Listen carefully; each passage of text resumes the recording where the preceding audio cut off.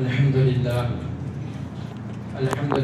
رب العالمين والصلاة والسلام على سيد المرسلين وعلى آله وأصحابه أجمعين أما بعد فقد قال الله تعالى في القرآن العظيم وفي الفرقان المجيد فأعوذ بالله من الشيطان الرجيم بسم الله الرحمن الرحيم ومن نعمره نكسه في الخلق أفلا يعقلون صدق الله العظيم العظيم.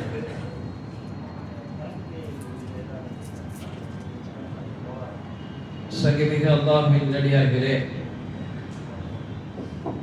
இன்று ஓதிய தராபீனுடைய சூறாக்களில் மிக முக்கியமான ஒரு சூறா மட்டுமல்ல, நாமெல்லாம் அதிகம் தெரிந்த ஒரு சூரா யாசின். சூரா யாசினில் அல்லாஹ் ஒரு வசனத்தில் இப்படி பேசுகிறான், وَمَنْ نُعَمِّرْهُ نَكِّسْهُ فِي الْخَلْقِ أَفَلَا يَعْقِلُونَ. அல்லாஹ் தஆலா உங்களுக்கு நீண்ட ஆயுளை கொடுக்கிறான். அவனுடைய படைப்பிலேயே அவன் தலைகீழாக உங்களை ஆக்குகிறான். தலைகீழாக உங்களை நாம் ஆக்குகிறோம் என்று சொல்லிவிட்டு அஃபலா யாக்கிலூன், நீங்கள் அதை சிந்திக்க வேண்டாமா என்று சொல்லி தருகிறான். உங்களுக்கு கொடுக்கப்பட்ட நீண்ட ஆயுளில் நாம் தலைகீழாக அதை ஆக்குகிறோம் என்று அல்லாஹ்வுடைய இந்த வசனத்திற்கு என்ன பொருள், அதனுடைய விரிவுரை என்ன என்பதை பற்றி தான் இன்றைய தினம் பார்க்க இருக்கிறோம். பொதுவாக யதார்த்தமாக உலகத்தினுடைய நீதி என்னவென்று சொன்னால், வயது கூட கூட கூட கடைசியிலே அவர் வயது முதிர்ந்தவராக ஆகி போவார். வயது முதிர்ந்தவராக ஆகக்கூடிய அவருக்கு ஒரு கட்டத்திற்கு மேல் குடுகுடு கிழவனாக ஆகுவார்கள் என்று சொல்வார்கள். அது மாதிரி ஒரு ஸ்டேஜுக்கு போன பிறகு அவருடைய நிலை எப்படி ஆகும் என்றால், அவர் குழந்தையை போல மாறிவிடுவார். குழந்தைகள் இருக்கக்கூடிய சில விஷயங்கள் எல்லாம் அவரிடமும் வந்துவிடும். இதைத்தான் அல்லாஹ் இந்த ஆயத்தில் கூறி காட்டுகிறான், நுனக்கிஸ்ஹு, நாம் அவரை தலைகீழாக ஆக்கி விடுவோம் என்ற இந்த அர்த்தத்தினுடைய பொருள், அவர் குழந்தை பருவத்தில் எப்படி இருந்தாரோ அது போல ஆக்கி விடுவார். அவருடைய கடைசி அந்த முதிர்ச்சியில் அல்லாஹ் அவரை ஆக்கி விடுவான். அப்ப அவர் அப்படி ஆக்கப்படும் பொழுது அவர் என்ன செய்ய வேண்டும்? ஒன்று. இரண்டாவது, அவரை சுற்றியுள்ளவர்கள் அவரை எப்படி பார்த்துக் கொள்ள வேண்டும்? இதை பற்றி தான் இன்று பேச இருக்கிறோம். முதலில் அல்லாஹ்வுடைய இந்த படைப்பை குறித்து முதலில் சிந்திக்க கடமைப்பட்டிருக்கிறோம். அல்லாஹ்வுடைய படைப்பே ஒரு அற்புதமான படைப்பு. அல்லாஹ் ஆரம்பமாக எப்படி சொல்கிறான், லம் யகுன் ஷைஅன் மذ்கூரா, நீங்கள் ஒன்றுமே இல்லாமல் இருந்தீர்கள், உங்களை நாம் படைத்தோம். இப்ப சுட்டி காட்டுவதற்கு மனிதன் எந்த பொருளாகவும் இல்லை. இருந்தால் தானே, ஏதும் வஸ்து இருந்தால் தானே அந்த இடத்தை சுட்டி காட்ட முடியும். ஒன்றுமே இல்லாததை சுட்டி காட்ட முடியாது. அல்லாஹ் அப்படி சொல்கிறான், ஒன்றுமே இல்லாத உங்களை நாம் படைத்தோம். முதலில் மண்ணிலிருந்து படைத்தோம். முதல் படைப்பு மண்ணிலிருந்து. அடுத்த ஒரு படைப்பு அது இந்திரிய துளியிலிருந்து வெளிவந்தது. மூன்றாவது அந்த படைப்பு மாறுதலாக அலகாவாக மாறுகிறது, இரத்த கட்டியாக மாறுகிறது. அடுத்து அந்த படைப்பு ஐந்தாவதாக முல்கமா, சதை துண்டாக மாறுகிறது. சதை துண்டாக கருவில் இருக்கக்கூடிய அந்த துண்டு தான் கொஞ்சம் கொஞ்சமாக வளர்ந்து குழந்தையாக ஆகிறது ஆறாவதாக. அதற்கு பிறகு அது வெளிவந்து பல நாட்கள் ஆண்டுகள் எல்லாம் கழித்து அவன் வாலிபனாக ஆகிறான். ஒன்பதாவது அந்த வாலிப கட்டத்திலிருந்து தாண்டி அவன் முதிர்ச்சியை அடைகிறான், முதுமையை அடைகிறான். அடுத்து முதுமைக்கும் தாண்டி அவன் போர்தால் குடுகுடு கிழவனாக, அரபிலே இப்படி சொல்கிறார்கள், அறுதலுல் உமூர் என்று சொல்வார்கள். அறுதலுல் உமூர் என்று சொன்னால் என்ன? இழிவான வயதுடையவர் என்று பொருள். அது என்ன இழிவான வயது என்று சொன்னால், கடைசி அந்த கட்டத்தில் இவர் மற்றவர்களின் பக்கம் தேவையாகிறார். தேவையுடையவராக அந்த முதியவர் ஆகுவதனால் அந்த வயதிற்கு அப்படி ஒரு பொருள் கொள்ளப்படும். அதற்கு அடுத்துதான் அவரை மரணம் வந்து சமீபிக்கிறார். இப்படி மனிதன் ஒன்றுமே இல்லாமல் இருந்து கடைசியிலே அவனை இந்த கட்டத்திற்கெல்லாம் தாண்டி அவனுக்கு அல்லாஹ் மரணத்தை கொடுக்கிறான். அல்லாஹ் இந்த ஆயத்தில் சொல்ல வருவது, வயது கூட கூட கடைசி நிலையில் அவன் அறுதல் உமர் என்று வரக்கூடிய அந்த வயதில் அவனுடைய வாழ்வை அல்லாஹ் தலைகீழாக ஆக்குகிறான். சில பேர் இப்படியே சொல்கிறார்கள், இரண்டாவது குழந்தையாக வயோதிகர்கள் ஆகி போகிறார்கள். முதல் குழந்தை பருவம் கடந்து வாலிபத்தை கடந்து முதிர்ச்சியை கடந்து கடைசி காட்டத்தில் எந்த அளவுக்கு ஆகி போகிறார்கள் என்றால் இரண்டாவது குழந்தை பருவத்திற்குள்ளே அவர்கள் வந்து விடுகிறார்கள். வயது உலகத்தில் கொடுக்கப்பட்ட வயது என்பது அல்லாஹ் அப்படி கொடுத்திருக்கிறார். ஏறு வயசிலே வயது ஏறி கொண்டு போகாது. நாம் நினைத்திருக்கிறோம் ஒரு 40க்கு பிறகு 45, 46, 47 எல்லாம் அப்படியே நம்மை கூட்டி கொண்டு போகிறது என்று நினைக்கிறோம். கொஞ்சம் இப்படி சிந்திக்கலாமே. ஒரு மலை மேலே ஏறுகிறோம் என்று சொன்னால் வயது கணக்கு வைத்து ஒருவர் ஏறுகிறார். ஒரு வயது 2 வயது அப்படியே மலை மேலே ஏறி போகிறார் என்றால் 20, 25 வயது, 35 கிட்டத்தட்ட அந்த மலையினுடைய உச்சை அடைய போகிறார். மலையினுடைய உச்சி என்பது 40 வயது. 38, 40வது வயதில் அவர் மலையுடைய உச்சியில் வந்து விடுகிறார். இதற்கு பிறகு என்ன செய்ய வேண்டும்? ஏற முடியுமா? இதற்கு பேர் இறங்க தான் செய்ய வேண்டும். மலையினுடைய அடிவாரத்திற்கு அவர் இறங்கி வர வேண்டும். 40ற்கு மேல் நமது வயது கூறுவதனால் நம்ம ஏறி கொண்டு போகிறோம் என்பது பொருள் அல்ல. இப்போ நாம் இறங்க ஆரம்பித்து விட்டோம். 40ற்கு கீழே மடி அடைவாரத்தில் இறங்கி வருகிறோம். இதனுடைய பொருள் என்ன? இந்த இறங்குதல் எவ்வளவு வேகமாக போனாலும் அடிவாரத்திற்கு போய்விடும். 40 கீழே இறங்குகிறார்கள் என்றால் அவர்கள் அல்லாஹ்வை முன்னோக்கி போய் கொண்டிருக்கிறார்கள். அந்த அல்லாஹ்வை முன்னோக்கி போகக்கூடிய வயது வரக்கூடிய காலம் என்பது 100ஆக இருக்கலாம், 80ஆக இருக்கலாம், 60ஆக இருக்கலாம், இல்லை 40ஐ தொடங்கியுடன் முடித்து விடலாம், எப்படி வேண்டுமானாலும் இருக்கலாம். இப்ப நம்ம நினைக்கலாம் 20ல மூத்து வராதா, 28ல மூத்து வராதா, அதெல்லாம் வரும் தான். பெரும்பாலும் நான் சொல்ல வருவது உலகத்தினுடைய நீதி நம்மை அல்லாஹ்விடத்திலே சரிபடுத்திக் கொள்வது 40 வயதை அடைந்து விட்டால் முழுமையாக நம்மை அல்லாஹ்விடத்தில் ஒப்படைக்க வேண்டும். அதற்குரிய காரணங்கள் காரியங்களுக்குள்ளே நாம் வந்தாக வேண்டும். அதையும் விட தாமதப்படுத்தினால் அந்த மௌத்தை அல்லாஹ் தள்ளி போட மாட்டான். இறங்கு வரிசையில் இறங்கக்கூடியவர்களுக்கு எதை நோக்கி இறங்குகிறார்கள்? தங்களுடைய மௌத்தை நோக்கி இறங்குகிறார்கள். அந்த எக்ஸ்பியுடைய டேட் என்பது அவர்களுக்கு தெரியாது. எனவே வயோதிகருடைய விஷயத்தில் இஸ்லாம் அப்படி பார்க்க சொல்கிறது. நம்ம சில நேரத்தில் துவா செய்யும் பொழுது எப்படி துவா செய்வோம்? எல்லாம் 100 வயசு வாழவை, 120 வயசு வாழவை, இந்த மாதிரி ஒரு துவாவை செய்யக்கூடாது. என்ன துவா செய்யணும்? எல்லாம் அதிக ஆயுளை கொடு என்று துவா செய்யலாம். நோயற்ற வாழ்வை அந்த ஆயுளை கொடு என்று துவா செய்யணும். வெறுமனே வயதிற்காக வேண்டி மட்டும் துவா செய்யக்கூடாது. பெருமானார் ஸல்லல்லாஹு அலைஹி வஸல்லம் எந்த அளவுக்கு துவா செய்திருக்கிறார்கள் என்று போனால், அல்லாஹும்ம இன்னி அஊது பிக்க அர்தலில் உமூர், நாயகம் செய்த துவா, யா அல்லாஹ் குடுகுடு கிழவனாகக்கூடிய அந்த வயசை விட்டு என்னை பாதுகாத்தருள் புரி. ஏன் அந்த அளவுக்கு வாழக்கூடாதா? ரசூலுல்லாஹ் ஏன் இப்படி துவா செய்தார்கள் என்றால், அந்த ஏஜுக்கு போகக்கூடியவருடைய பல பேருடைய நிலை எப்படி ஆகுதுன்னா, மற்றவர்களிடம் சார்பாக ஆகி வாழக்கூடிய ஒரு வாழ்வு வருகிறது. தேவைக்காக மற்றவர்களிடம் அவர் போகக்கூடிய நிலை வருகிறது. அவருடைய சுய தேவையை பல நேரங்களில் அவராலே செய்ய முடியவில்லை. அது மாதிரியான ஒரு வாழ்க்கையை கொடுத்துட வேண்டாம் என்பதாக பெருமானார் ஸல்லல்லாஹு அலைஹி வஸல்லம் அவர்களே அல்லாஹ்விடத்தில் துஆ செய்திருக்கிறார்கள்.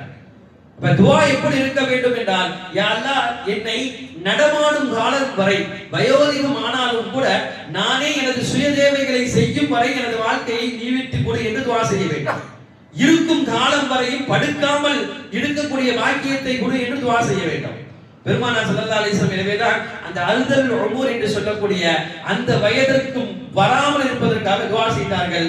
அல்லாஹ்விடத்தில் அவருடைய துஆவும் ஏற்றுக்கொள்ளப்பட்டது. 63 வயதில் ரசூலுல்லாஹ் வஃபாத் ஆகிறார்கள். இது வியப்பு என்னவென்றால் 63ல் பெருமானாரும் மௌத், 63ல் அபூபக்கர் ரலியல்லாஹு வஃபாத், அதே 63ல் உமர் ரலியல்லாஹு வஃபாத். அப்ப அல்லாஹ் என்ன சொல்ல வருகிறான் என்றால், உங்களை அந்த இடத்திற்கு கிழவனாக கூடிய அந்த இடத்திற்கு ஒரு மனிதன் போகிறான் என்றால் கடைசி கட்டத்தில் அவன் குழந்தையை போல அவனுடைய பருவம் மாறுகிறது. நாம் ஒப்பிட்டு பார்க்கலாமே. குழந்தை பருவத்திற்கும் வயோதிக பருவத்திற்கும் உண்டான ஒப்பீடுகளை நாம் எடுத்து பார்த்தாலே ஏராளமான ஒப்பீடுகளை நம்மால் காண முடிகிறது. குழந்தைகள் ஆரம்ப கட்டத்தில் அவருடைய பல்கள் முளைக்காது. வயோதிகளுக்கு பல் முளைத்து விட்டு அந்த பல்கள் கொட்டி போய்விடும். குழந்தைகளுக்கு பொறுத்தவரை அதன் ஆரம்ப கட்டத்தில் அவ்வளவாக தெளிவாக பேசாது, திக்கி திக்கி தான் பேசும். வயோதிகள் கடைசி கட்டத்திலே அவருடைய பேச்சிலே அவர்கள் தடுமாறுவார்கள். குழந்தைகளை நாம் எல்லா நேரத்திலும் பராமரிக்க வேண்டும். உணவு உண்பது குழந்தைகளுடைய கவசமாக இருக்கும். வயதாகிவிட்டு முதியவர்களாக ஆகினால் அவருடைய உணவும் கூட மிக குறைவாக ஆகிவிடும். குழந்தைகளை பல நேரங்களில் நாம் பராமரிக்க வேண்டியது இருக்கும். வயதானவர்களையும் கூட அப்படி பராமரிக்கக்கூடிய வயதிலே பராமரிக்க வேண்டிய கஷ்டம், அந்த நிலை நமக்கு வரும். ஆனால் இது என்ன பெரிய மாற்றம்னா, குழந்தையாக இருக்கக்கூடிய ரீதியில் இருக்கக்கூடிய நமது பிள்ளைகளை பராமரிக்கும் பொழுதோ, பிள்ளைகளுக்கு இதையெல்லாம் செய்யும் பொழுதோ நாம் சடைவிடுவது கிடையாது. ஆனால் பெற்றோர்களுக்கு இதையெல்லாம் எடுத்து செய்யும் பொழுது மனிதன் பல நேரங்களில் சடைவிடுத்து போய்விடுகிறான். அது அவனுக்கு கொஞ்சம் கஷ்டமாக தெரிகிறது. சில நேரங்களில் பிள்ளைகளுடைய ஆடை குறைவு என்பதை அசிங்கமாக நினைக்க மாட்டோம், அதை சில நேரங்களில் அழகாக நினைப்போம். ஆனால் அதே பெரியவர்களுக்கு ஆடை குறைத்து விட்டால், அவருடைய படுக்கையில் ஏதாவது ஆடை நகர்ந்து விட்டால் அதை நாம் ஏற்றுக்கொள்வதற்கு தயாராக இல்லை. பிள்ளைகள் நடக்கும் பொழுது சில நேரங்களில் தடுமாறுகிறார்கள். வயோதிகர்களும் கூட அவர்கள் வயது வந்த பிறகு நடக்கும் போது நடையிலே தடுமாற்றம் உள்ளவர்களாக ஆகிறார்கள். இப்படி ஏராளமான ஒத்து போகக்கூடிய விஷயங்களை சொல்லலாம். குழந்தை பருவம், வயோதிக பருவம், கடைசியிலே அல்லாஹ் என்ன சொல்ல வருகிறான்? இந்த வயோதிக பருவம் என்பது ஆரம்பத்தில் நான் அவனுக்கு கொடுத்த குழந்தை பருவமாக அவனை மாற்றுகிறது என்று சொன்னால், இப்போது சுற்றி இருப்பவர்கள் எப்படி நீங்கள் குழந்தைகளை அனுசரிக்கிறீர்களோ அதுபோல இந்த பெரியவர்களையும் நீங்கள் அனுசரிக்க வேண்டும். விட்டு விடக்கூடாது, வீட்டினுடைய ஒரு ஓரத்தில் உட்கார வைத்து விடக்கூடாது. அவர்களை அனுசரித்து பிள்ளைகள் வாழ வேண்டும். பெருமானார் ஸல்லல்லாஹு அலைஹி வஸல்லம் ஹதீஸில் இப்படியே சொல்வார்கள், அல் பரக்கத்து மஅ அகாபிருக்கும். உங்களுடைய பரக்கத்தை நீங்க எங்கெல்லாமோ தேடுறீங்க, வீட்டில் இருக்கக்கூடிய பெரியவரிடம் உங்களுடைய பரக்கத்தை நீங்கள் தேடுங்கள், அங்குதான் பரக்கத்து இருக்குது. இன்னைக்கு என் தந்தை தாய்க்காக நான் எல்லாம் செய்ய தயார், அவர்கள் கேட்பதை எல்லாம் வாங்கி கொடுக்க தயார், அவர்களை எங்க கூட்டிட்டு போகணுமோ அந்த இடத்துக்கு கூட்டிட்டு போவதற்கு நான் தயார், அவர்களுக்கு ஏதாவது ஒன்றால் மருத்துவமனையில் அவர்களை ஒப்படைக்க, அவர்களுக்கு பார்ப்பதற்கு நான் தயார், எல்லாவற்றுக்கும் நான் தயார். ஆனால் அவர்கள் இதையெல்லாம் கேட்கிறார்கள் என்றால் இதையெல்லாம் அவர்கள் கேட்கவில்லை. அப்ப பெற்றோர்கள், முதியவர்கள் என்ன கேட்கிறார்கள் என்றால், சில மணி நேரங்கள் அந்த பெற்றோர்கள் சொல்வதை தனது மகனோ மகளோ கேட்க வேண்டும் என்பதை விரும்புகிறார்கள், தன்னுடன் இருக்க வேண்டும் என்பதை முதியவர்கள் விரும்புகிறார்கள். ஆனால் பிள்ளைகள் அதை விரும்புவதில்லை. எனது நேரங்கள், எனது ஷெட்யூல் என்று அவர்கள் ஓடிக்கொண்டே இருக்கிறார்கள். ஆனால் அந்த பெரியவர் என்ன நினைக்கிறார்? என் மகன் கொஞ்ச நேரம் எனக்கு நேரம் கொடுத்து உட்கார்ந்து என்னிடம் பேச மாட்டானா? நான் அந்த காலத்தில் எனது பிள்ளையிடம் பேசியதை போல இப்போதும் பேச வேண்டும் என்று ஆர்வப்படுகிறேன், ஆசைப்படுகிறேன். எனது பேர குழந்தைகள் ஏதாவது தவறு செய்தால் அந்த தவறை கண்டிக்க வேண்டும் என்று நான் ஆசைப்படுகிறேன். என் பிள்ளை அதை கண்டிக்கிறானா? கண்டிக்கிறான் என்றால் எனது வளர்ப்பு சரியான வளர்ப்பு. வெறுமனையே பெற்றோர்களுக்கு கேட்டதையெல்லாம் வாங்கி தருவதனால் அவர்கள் மனம் மகிழ்கிறார்கள் என்று நினைத்துக் கொண்டால் அதில் நாம் ஏமாறுகிறோம் என்றுதான் பொருள். அவருடைய உள்ளம் எதை கேட்கிறதோ அந்த இடத்திலே மகனாக அவன் வந்து நிற்க வேண்டும். அதைதான் இஸ்லாம் சொல்லி தருகிறது. எனவேதான் அல்லாஹ் தஆலா குர்ஆனிலே என்னென்ன வார்த்தைகள் எல்லாம் வைத்து சொல்கிறான், நீங்கள் பெற்றவர்களை சீ என்று கூட சொல்லிவிடாதீர்கள். நம்ம என்ன நினைக்கிறோம், சீன்னு சொல்ற வார்த்தைய ரொம்ப அருவருப்புத்தனமா ஒரு கட்டத்துக்கு மேல போகும்போதுதான் அந்த வார்த்தை வருது, அதைத்தான் அல்லாஹ் இங்க சொல்றான் நம்ம நினைக்கிறோம். ஆனால் அப்படி கிடையாது. அடச்சி என்ற இந்த வார்த்தைக்கு அர்த்தமே செயலாக்கத்தில் நீங்கள் அவர்களை சரிவர கவனிக்கவில்லை என்றால் சீ என்று சொல்லுகிறீர்கள், அவருடைய சொல்லுக்கு மறுத்து பேசுகிறீர்கள் என்றால் சீ என்று சொல்லுகிறீர்கள், அவருடைய குரலை விட உங்களுடைய குரல் உயர்கிறது என்றால் இந்த இடத்தில் நீங்கள் அவர்களை சீ என்ற வார்த்தையால் சொல்கிறீர்கள். இதுவெல்லாம் அந்த ஆயத்திற்குள்ளே அடங்கும். 4 விஷயங்கள் பெற்றோருடைய விஷயத்தில், முதியவருடைய விஷயத்தில் அல்லாஹ் பேசுகிறார். இரண்டாவது அல்லாஹ் சொல்வான், அவர்களை நீங்கள் விரட்டாதீர்கள். அதுபோல விரட்டாதீர்கள் என்றால் என்ன நினைக்கிறோம், நம்ம தான் நம்முடைய தந்தையை வீட்டுல வச்சு பாத்துக்கிறோமே, அல்லாஹ் விரட்டாதீங்கன்னு சொல்றான், நம்ம என்ன அனாதை ஆஸ்பத்திரியில போய் சேர்த்துருமா இல்ல விரட்டி விடுறோமா, அந்த மாதிரி நம்ம செய்யறது நம்ம நினைக்கிறோம். ஆனால் விரட்டாதீர்கள் இந்த அர்த்தத்துக்கு வார்த்தைக்கு பொருளாகவே என்ன சொல்கிறார்கள் என்று சொன்னால், பல நேரத்திலே நம்ம வீடுகள்ல எங்கேயாச்சும் ஒரு ஓரத்திலேயோ வேற இடத்துலயோ அவங்க உட்கார்ந்துருந்தா உடனே இங்க உட்காராதீங்க, அங்க போய் பாருங்க, எந்திரிங்க எந்திரிங்க என்று சொல்வது வழக்கமாகிவிட்டது. பல வீடுகளில் இது முதியவர்களை நடத்தக்கூடிய மிகப்பெரிய அனாச்சாரமாக இருக்கிறது. உட்காருவது கூட சரிவர உட்காருவதற்கு விடுவது கிடையாது. அப்ப அல்லாஹ் அதைதான் குறிப்பிட்டு காட்டுகிறான், அதுபோல உங்களுடைய பெற்றோர்களை நீங்கள் விரட்ட வேண்டாம். மூன்றாவது அல்லாஹ் சொல்கிறான், அவரிடம் நீங்கள் பேசினால் சங்கையான வார்த்தைகளை கொண்டு பேசுங்கள். இது ரொம்ப முக்கியம். ஆனால் இந்த சங்கையான வார்த்தை எதுவரையும் இருக்குதுன்னா இருக்குது. எதுவரையும் இருக்குது என்றால், நம்மை அவர்கள் பராமரிக்கும் வரை நமது வார்த்தை அவர்களிடம் சங்கையாக இருக்கிறது. என் அத்தா இல்லைன்னா நான் இல்லை, என்னுடைய படிப்பு இருக்கும் வரையும் நான் அப்படி பார்க்கிறேன். எனது படிப்பு முடிந்து வேலைக்கு போய் நான் சம்பாதித்து எனது சம்பாத்தியத்தில் தான் எனது அத்தாவுக்கு உணவு என்ற கட்டத்தில் ஆக்கப்படும் பொழுது, இந்த நிலைக்கு ஒரு பிள்ளை வரும் பொழுதுதான் அப்போதிருந்து அந்த மதிப்பு மரியாதையும் இங்கு குறைகிறது. காரணம், எனது பணத்தில் எனது தந்தையை நான் பார்க்கிறேன் என்பதற்காக ஒரு சில வார்த்தைகள் முன்னால் பின்னால் போகிறது. அதுவரையும் இருந்த அந்த மரியாதையும் அந்த கண்ணியும் கொஞ்சம் கீழே போகிறது. காரணம் என்னவென்றால், நாமே சில நேரங்களில் நினைத்துக் கொள்கிறோம், நாம் தான் பெற்றோர்களுக்கு சம்பாதித்து வைக்கிறோம், நமது சம்பாத்தியத்தில் தான் நமது பெற்றோர்கள் இருக்கிறார்கள் என்ற அந்த நினைப்பு மரியாதையை கெடுக்கிறது. அப்படி கெடுத்தால் தான் அல்லாஹ் சொல்லித்திருக்கிறான், அவர்களுக்கு நீங்கள் பேசும் பொழுது பேச்சு கவனமாக பேச வேண்டும். எவ்வளவு வயது முதிர்ந்தவர்களாக உங்களுடைய பெற்றோர்கள் ஆனாலும், நீங்களும் அந்த நேரத்துக்கு போனாலும் உங்களுடைய பெற்றோர்கள் உங்களுக்கு பெற்றோர்கள் தான். எனவே அவர்களுடைய வார்த்தைகளிலே நீங்கள் அவர்களை சங்கையாக அணுக வேண்டும். சில நேரங்களில் குழந்தை பருவத்திற்கும் நான் சொன்னேனே, அந்த பருவத்திற்குள்ளே பல நேரங்களில் போய்விடுவார்கள், வெளிவர மாட்டார்கள். கேட்ட விஷயத்தை திரும்ப திரும்ப கேட்டார்கள். மறுபடியும் கேட்பதனால் நமக்கு கோபம் வரும். அந்த கோபத்தை வெளிப்படுத்தி விடக்கூடாது. பல பேர்கள் இன்று எனது பெற்றோரை பார்ப்பது எனக்கு கடமை என்று சொல்கிறார்கள். ஆனால் கடமை என்பதற்கும் ஆசை என்பதற்கும் வித்தியாசம் இருக்கிறது. ஆசையிலே போய் கடமையை சேர்க்கலாம். ஆனால் இன்று எப்படி ஆகிவிட்டது என்றால், கடமைக்காக பார்க்கக்கூடிய சூழ்நிலை ஆகிவிட்டது. என் பெற்றோர்கிட்ட நான் பேசக்கூடிய முறையிலும் அவங்களுடைய அனுசரிப்பையும் வைத்து நான் கடமையாக அவர்களுக்கு செய்கிறனா இல்லை பேச்சுக்கு கடமையாக செய்கிறனா என்பதை தெரிந்து கொள்ள முடியும். ஏன்னா இன்னைக்கு நிலைமை எப்படி இருக்குன்னு சொன்னா, வெளியில பெற்றோரை அனுப்பிச்சுட்டா உலகம் நம்ம என்ன பேசும் என்பதற்காக வழி இல்லாமல் வீட்டில் பெற்றோர்களை வைக்கக்கூடிய பிள்ளைகள் இருந்து கொண்டிருக்கிறார்கள். எனவே அவர்களுக்கு சாப்பாடு கொடுக்கக்கூடிய முறையும் அவர்களை அனுசரிக்கக்கூடிய முறையெல்லாம் வேறு மாதிரியாக இருக்கிறது. இதற்கு பேர் கடமை அல்ல, இதற்கு பேர் அவர்களை நாம் வைத்து அவர்களுக்கு நோய்களை கொடுக்கிறோம் என்பதுதான் பொருள். எனவேதான் அல்லாஹ் சொல்கிறான், நீங்கள் பேசக்கூடிய பேச்சிலே சங்கையாக பேச வேண்டும். எத்தனை முறை எதை கேட்டாலும் திரும்ப திரும்ப சொல்ல வேண்டும், சடையடையாமல் பேச வேண்டும். மிக முக்கியம் அதுதான். பெரியவரிடம் பேசும் பொழுது, பெற்றோர்கள் வயது முதிர்ந்தவர்களிடம் பேசும் பொழுது பேச்சிலே சடையடைந்து விடக்கூடாது.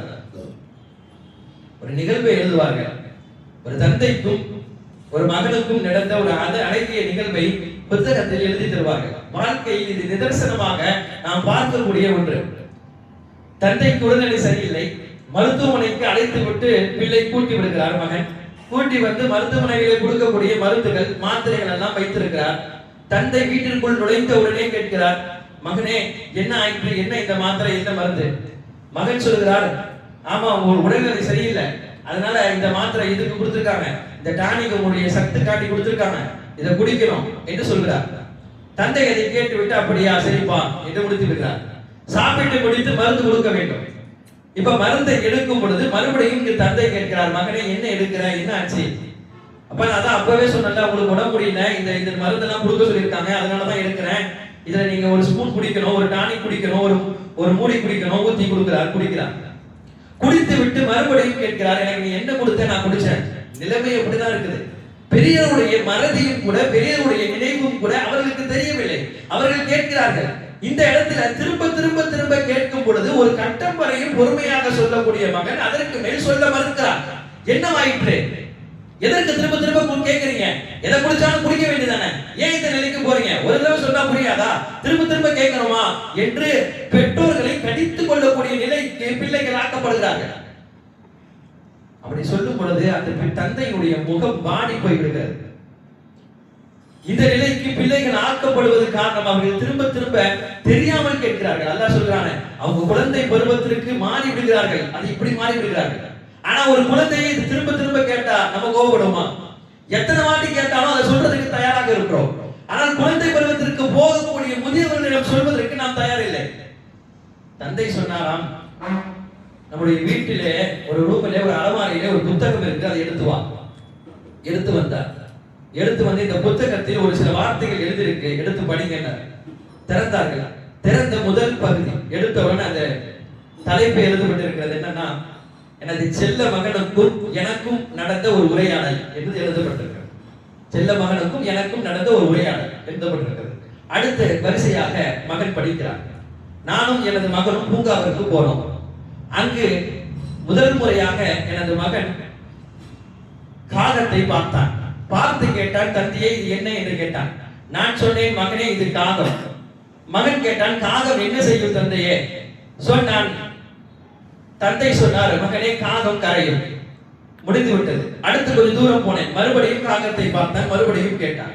மறுபடியும் நான் சொன்னேன், மகனே இது காகம். தந்தையே காகம் என்ன செய்யும்? மகனே காகம் கரையும்.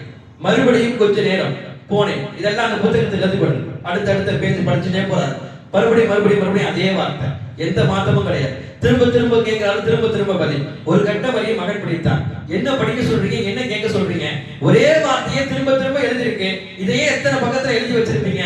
என்னதான் எழுதிருக்கீங்க? ஏன் இவ்வளவு தூரம் நீங்க எழுத வேண்டும் என்று கேட்கும் பொழுதுதான் தந்தை மகனுக்கு அதுவரையும் அது என்னவென்றே புரியவில்லை. தந்தை சொன்னார், நீ சிறு வயதாக இருக்கும் பொழுது கேட்டாய், நீ எத்தனை முறை கேட்டாயோ அத்தனை முறை நான் எழுதியிருக்கிறேன், கொஞ்சம் படி அமைதியாக. மனிதன் மகன் கொஞ்சம் சிரித்து போய்விட்டான். அதற்கு பிறகுதான் அவன் செய்த தவறை அவன் உணர்ந்தான். கடைசி பக்கத்தில் வந்து அதுவே ஒரு கிட்டத்தட்ட ஒரு 10-15 பேஜ் எழுதப்பட்டிருக்கு. கடைசி பக்கத்திலே திருப்பி அந்த இடத்தில் கொஞ்சம் காலியாக விட்டு கீழே எழுதப்பட்டிருக்கிறதாம், எனது மகன் என்னிடத்திலே கேட்கவில்லையே. மகனை கூப்பிட்டு தந்தை கேட்கிறார், மகனே உனக்கு மறந்து விட்டதா? நீ கேட்க வேண்டும், நீ கேட்கவில்லை. நீ கேட்கவில்லை என்றாலும் நான் சொல்லுகிறேன், நீ 1000 முறை கேட்டாலும் நான் சொல்வதற்கு தயாராக இருக்கிறேன். இது காகம், இது கரையும், இது காகம், இது கரையும். நீ மறந்து விடாதே. மறந்து விட்டால் இந்த தந்தையிடம் மீண்டும் கேள். சடப்படையாமல் இந்த தந்தை சொல்வதற்கு தயாராக இருக்கிறேன் என்று கடைசியிலே அந்த கடிதத்தை, அந்த புத்தகத்தை முடித்து புள்ளி வைக்கிறார்.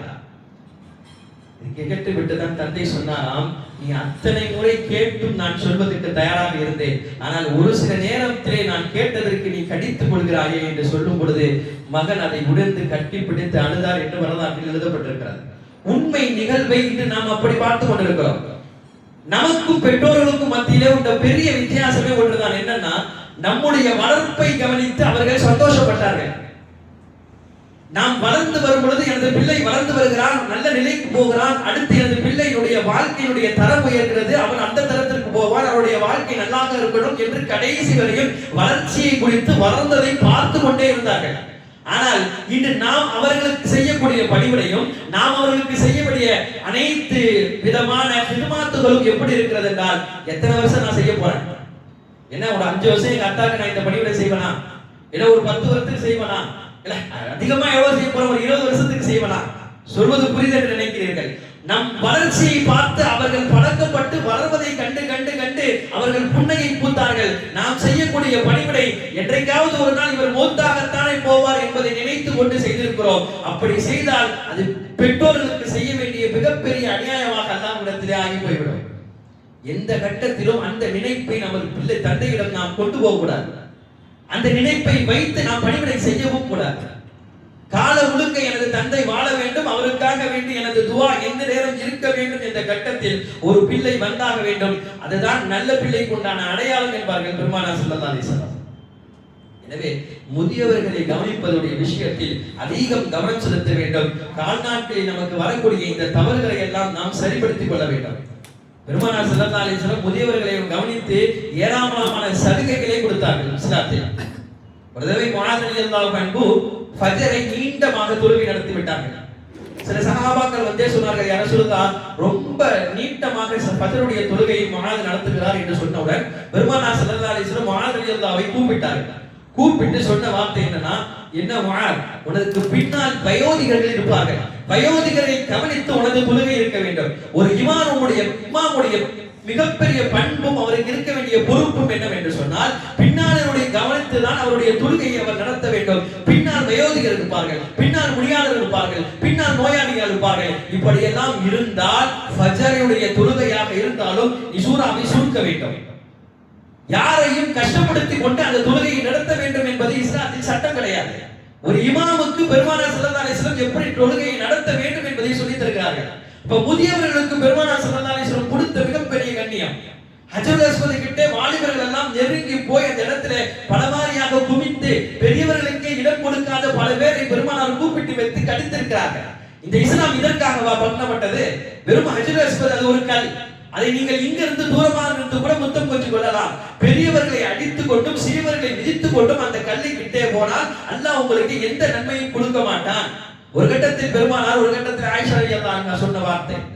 இப்ப முதியவர்களுக்கு இவ்வளவு கண்ணியத்தை இஸ்லாம் கொடுத்திருக்கிறது என்றால் யோசிக்க வேண்டும், அவர்களை நாம் பேணக்கூடிய முறை எப்படி இருக்க வேண்டும், இந்த வீடுகளில் அந்த முதியவர்கள் எப்படி பேணப்படுகிறார்கள். எனவே முதியவருடைய விஷயத்தில் திரும்ப திரும்ப சொல்லக்கூடிய வார்த்தை ஒன்றுதான், அவர்களை அனுசரிக்க வேண்டும், அவர்களை தனிமையில் விட்டுவிடக் கூடாது. தனிமை உலகத்தில் யாராலும் ஜீர்ணிக்க முடியாத மிகப்பெரிய ஆபத்து, அது மிகப்பெரிய நோய். தனிமை என்ற நோய்க்குள் மட்டும் அவன் போய்விட்டால் அவனுக்கு வேறு ஒரு பெரிய நோயே தேவை கிடையாது. எனவேதான் தனிமையிலே பெற்றோர்களை விட வேண்டாம் என்று சொல்கிறார்கள். பெற்றோருடன் யாரையாவது நாம் வைக்க வேண்டும், கொஞ்ச நேரம் அவருடன் பேசுவதற்காக யாரையாவது ஏற்படுத்த வேண்டும். பெற்றோருடைய தனிமையில் ஆக்கப்பட்டால் நாளை கபரிலே அல்லாஹ் அவனை தனிமையிலே ஆக்கி விடுவான். கபரே ஒரு தனிமை தான். ஆனால் அந்த தனிமையிலே மனிதன் எப்போது தனிமையை உருவான் என்று சொன்னால், உணர்வான் என்று சொன்னால், உலகத்தில் தனது பெற்றோர்களை சரிவரை பார்க்காதவன் மறுமையிலே கபரிலே தனிமையிலே உணர்வான். பெருமானார் ஸல்லல்லாஹு அலைஹி வஸல்லம் மௌத்தை யாராலும் தடுக்க முடியாது, ஆனால் தள்ளிப்பட முடியும். ரசூலுல்லாஹ் சொன்னார்கள், மௌத் வருதுன்னா அந்த மௌத் அல்லாஹ் எனக்கு 60 வயசுல எடுத்திருக்கானா, அந்த 60 வயசுல தாண்டி அந்த மௌத்தை எனக்கு தள்ளிப்பட முடியும், ஆனால் எனக்கு மௌத்தே வர முடியாதுன்னு சொல்ல முடியாது. மௌத்தை தள்ளிப்படுவதற்காக 2 விஷயத்தை ரசூலுல்லாஹ் சொன்னாங்க. மௌத்தை தள்ளிப்படுவதற்காக ஒன்று நாயகம் சொன்னார்கள், உங்களுடைய உறவுகளை நீங்கள் பேணிக் கொள்ளுங்கள், நீங்கள் உறவுகளை பேணினால் அல்லாஹ் உங்களுடைய மௌத்தை தள்ளி போடுவான். உங்களுடைய துஆவிலே அதிகமாக நீங்கள் அல்லாஹ்விடத்திலே நீண்ட ஆயுளும் நல்ல ஆரோக்கியத்தை கொடுக்க வேண்டும் என்று துஆ செய்யுங்கள், உங்களுடைய துஆவினால் உங்களுடைய மௌத்தை தள்ளி போடுவான். அதே போல ரசூலுல்லாஹ் சொன்னார்கள், பெற்றோர்களை நீங்கள் பேணுவதன் மூலமாக, வயோதிகர்கள் போனுவதன் மூலமாக எப்படி அல்லாஹ் உங்களுக்கு மௌத்தை தள்ளி போடுகிறானோ, அதுபோல நீங்கள் வயோதிகர்களாக ஆகும் பொழுது உங்களை அனுசரிக்கவும் உங்களை பராமரிக்கவும் அல்லாஹ் தஆலா உங்களுடைய பிள்ளைகளை வைத்திருப்பான். நான் எனது பெற்றோர்களை சரிவர அனுசரிக்கவில்லை, அவர்களை ஒரு ஓரத்தில் வீட்டில் உட்கார வைத்து விட்டேன் என்றால் நாளைய தினம் எனது பிள்ளை என்னை ஒரு ஓரத்தில் உட்கார்ந்து வைத்து விடுவான், என்னை அவன் அனுசரிக்க மாட்டான். இது ரசூலுல்லாஹி ஸல்லல்லாஹு அலைஹி வஸல்லம் வாழ்க்கை மட்டுமல்ல, நிதர்சனமாக நாம் உலகத்தில் அதை கண்கூடாக பார்த்து கொண்டிருக்கிறோம். எனவே பெருமானார் ஸல்லல்லாஹு அலைஹி வஸல்லம் அவர்கள் முதியோர் விஷயத்தில் எவ்வளவு அனுசரணையாக நடந்து கொள்ள வேண்டும் என்று சொன்னார்களோ, அல்லாஹ் தஆலா இந்த வயோதிக பருவத்தை எப்படி குழந்தை பருவத்துடன் ஒப்பிட்டு பேசுகிறானோ அதையெல்லாம் நாம் விளங்கி வரக்கூடிய காலங்களிலே நமது பெற்றோர்களையும் முதியோர்களையும் அதிகமாக கவனிக்கக்கூடிய வாக்கியத்தை நம் அனைவருக்கும் அல்லாஹ் தந்தருள் புரிவானாக. வாஹிரு தஅவானா அல்ஹம்துலில்லாஹி ரப்பில் ஆலமீன்.